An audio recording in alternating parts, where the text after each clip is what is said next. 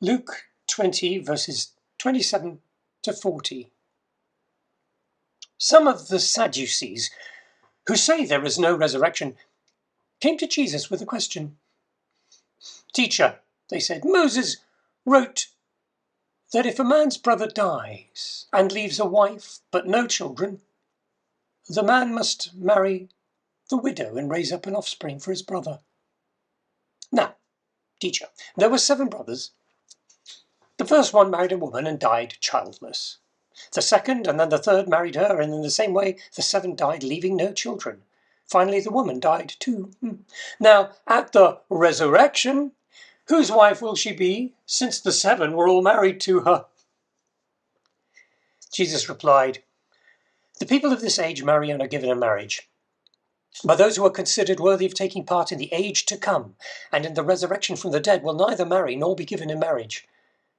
And they can no longer die, for they are like the angels. They are God's children, since they are children of the resurrection. But in the account of the burning bush, even Moses showed that the dead rise.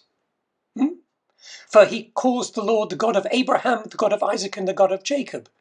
He's not the God of the dead, but of the living. For to him all are alive." Some of the teachers of law responded, "Oh, well said, teacher."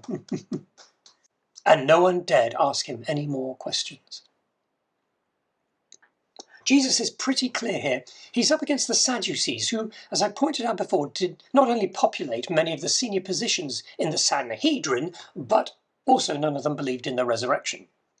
This means that they would have discounted the idea of judgment, and therefore needed to acquire as much power and authority and material wealth in this world as they possibly could. That may be a bit simplistic, because there were probably people among them who had more nuanced ideas, but basically they were opposed to everything Jesus stood for. So they came up with a hypothetical idea of a woman who is married to many men, all of whom die. So who would be her husband after the resurrection of the dead?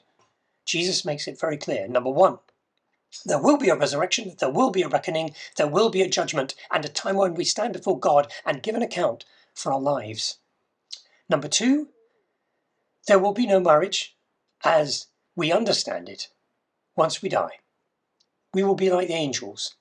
This would have wound the Sadducees up even more, because they didn't believe in angels or spirits either.